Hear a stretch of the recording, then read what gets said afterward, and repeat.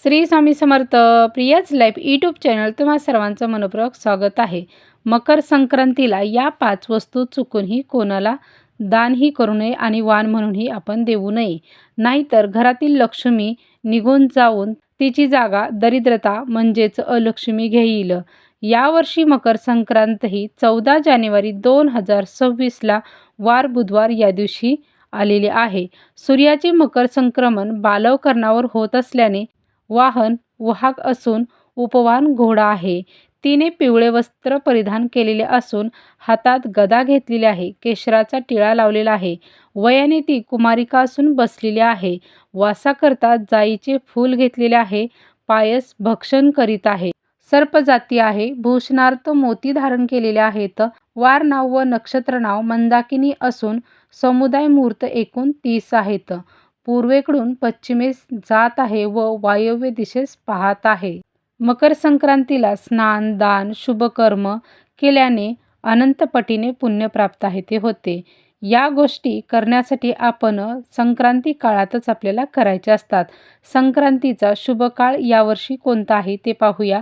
तर सूर्य मकर राशीत प्रवेशात 14 जानेवारी 2026 वार बुधवार या दिवशी दुपारी 3:13 करत आहे. पुण्यकाळ हा दुपारी 3:13 ते संध्याकाळी 5:45 हा असणार आहे. म्हणजेच की एकूण कालावधी 2 तास 32 मिनिटे एवढा असणार आहे. याच कालावधीमध्ये दान धर्म आहे तो आपल्याला करायचा आहे. शुभ कार्य आहेत या कालावधीमध्ये आहेत ही करायची आहेत. मकर संक्रांत झाल्यानंतर दुसऱ्या दिवशी किंक्रांत म्हणजे करीचा दिवस सोडून आपण रथसप्तमीपर्यंत दान धर्म करू शकतो. या मकर संक्रांतीच्या काळात वाण म्हणून महिला खूप प्रकारच्या वस्तू देतात, तसेच दान म्हणूनही देतात. पण यामध्ये अशा काही वस्तू आहेत त्या देण्याचे टाळावे. तर कोणत्या वस्तू आपण देऊ नये ते आता पाहूया. धार्मिकदृष्ट्या या मकर संक्रांतीच्या काळात दान धर्म केल्याने अधिक पटीने पुण्य प्राप्त होते. यामध्ये आपण कोणत्या वस्तू देऊ नयेत ते आता आपण पाहूया. तर यामध्ये आपल्याला कोणत्या वस्तू द्यायच्या नाहीत. पहिली वस्तू म्हणजे झाडू. झाडू हे आपण सणवार म्हटलं की झाडू आहे ती खरेदी करतो, विकत घेतो. कारण झाडू म्हणजे लक्ष्मी असते आणि लक्ष्मीकारक हा झाडू आहे तो आपण खरेदी करतो. पण मकर संक्रांती दिवशी आपण झाडू आहे तो खरेदी करू नये. झाडूला आपण लक्ष्मी मानतो. झाडूची खरेदी ही नेहमी लक्ष्मीपूजन, धनतेरस, अश्विनी अमावस्या या कालावधीमध्ये आहे ती केली जाते. तसेच कोणत्याही महिन्यातील शुक्रवारी आपण झाडू आहे तो खरेदी आहे तो केला तरीही चालतो. पण मकर संक्रांतीच्या दिवशी चुकूनही झाडू आहे तो आपल्याला खरेदी आहे तो करायचा नाही. या दिवशी आपण पैसे देऊन कोणती वस्तू आहे ती खरेदी करू नये. तसेच घरातील झाडू आहे तो आपण या दिवशी आहे तो कोणाच्याही नजरेला पडू नये अशा ठिकाणी आहे तो ठेवायचा आहे. म्हणजेच की सूर्योदयाच्या पूर्वीच आपण आपल्या घरामधील झाडून आहे ते काढायचं आहे आणि तो झाडू आहे ते आपल्या घरातील कोणालाच दिसणार नाही अशा ठिकाणी आहे तो आपल्याला ठेवायचा आहे. या दिवशी बरेच जण आहे ते मंदिरामध्ये झाडू आहे ते दान करतात, पण आपल्याला या दिवशी झाडू आहे तो दान करायचा नाही. तसेच दुसरी वस्तू म्हणजे तेल. शनिदेवांची साडेसाती जाण्यासाठी किंवा आपल्याला जर शत्रूंचा जर त्रास होत असेल तर बऱ्याच वेळा आपण तेल आहे हे दान करतो, तर ते बरोबर आहे. शनिवारी शनींच्या व मारुतीच्या मंदिरामध्ये जाऊन आपण शनिदेवांचा आशीर्वाद मिळवण्यासाठी तेल हे दान करतो, ते शुभ मानले जाते. पण मकर संक्रांत ही सूर्यदेवाच्या उपासनेसाठी केली जाते. शनिदेव हे सूर्यदेवांचे पुत्र जरी असले तरी त्यांचे एकमेकांशी पटत नाही.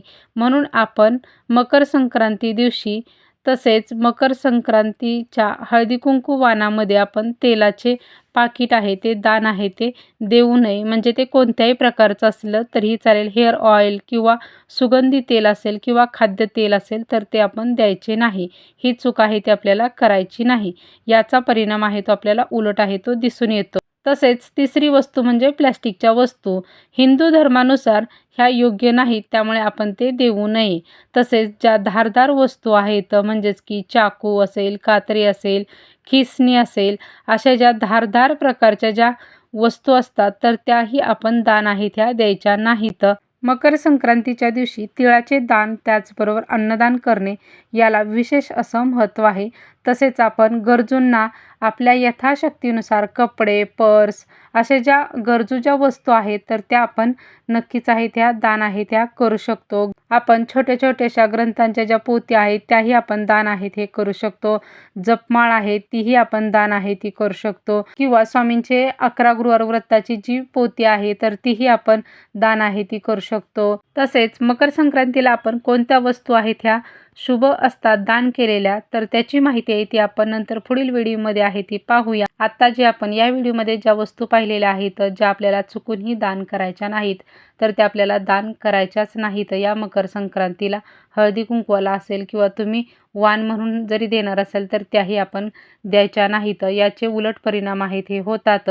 आपण जे दान देतो, जे वाण देतो त्याचं जे पुण्यफळ आहे ते आपल्याला मिळत नाही, म्हणून आपण या वस्तू आहेत या दान देऊ नये. श्री स्वामी समर्थ.